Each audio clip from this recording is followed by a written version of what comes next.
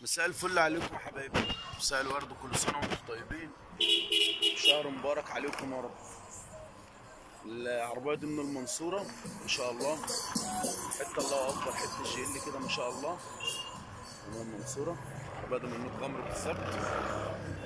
العربيه دي معموله سنكره ومعموله بوهيه شيء، هي جايه بس عشان ايه؟ اللمسه بتاعتها، لمسه التشطيب.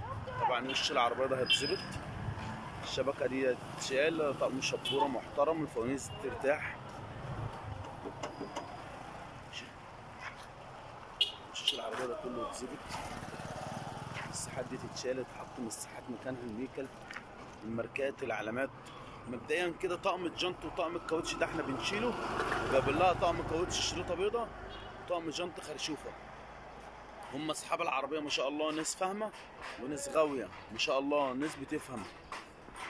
نضرب السقف ده طبعا ايه، شيل وريح، عشان هو كله في الانعاش، ما ينفعش خالص، ما ينفعش خالص، كله متدغدغ ومتعجن. والله ربنا يسامح اللي شطب العربيه. احنا هنشيل بقى ايه ونريح دماغنا ونريح صاحب الاوتومبيل. شيل ده الطقم ده خالص ونحط له طقم ايه زيرو مكانه، ولا عضعضه ولا متدغدغ ولا الكلام ده كله.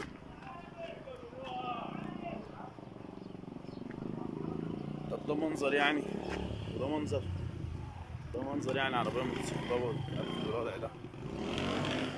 كوتش توكسيدام متقطعه زي ما انتم شايفين حضرات. طبعا احنا هنشيل الكلام ده، يعني احنا مش هينفع، ما ينفعش معانا الوضع ده، ما ينفعش. فانوس ايه ده مش عارف، ده فانوس توك توك ولا فانوس ايه مش عارف.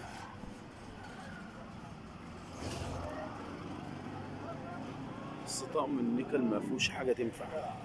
طبعا انتوا بتشوفوا حضرات العربيات يوم متشطبه، ما بتشوفوهاش قبل، فاحنا بقى بنوريكم قبل.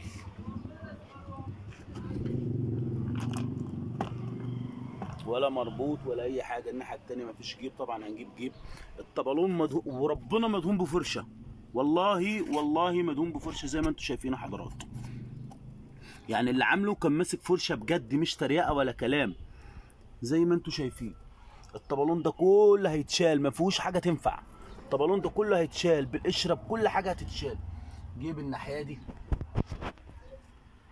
قدام كنبه طبعا هنخليها له كرسيين، الفتيس فوق، هو حابب ان هو يكون فتيس ارضي. طبعا كل واحد ودماغه ومزاجه، واحد بيحب ده وواحد يحبش ده، فاحنا شغلانتنا ان احنا نراضي الناس ونعمل اللي عايزاه الناس. عم جمال عم الحاج، طقم الجنط طبعا لما اتحط عليها مع طقم الكاوتش ان شاء الله الاوتوموبيل هيظهر. اركب سنتر، اركب انذار، اركب وحده الرفع، الاربعه كهرباء في العربيه، تانك كهرباء، شنطه كهرباء. يعني العربيه ان شاء الله فيها شويه فينش كده هيعجبوا حضراتكم.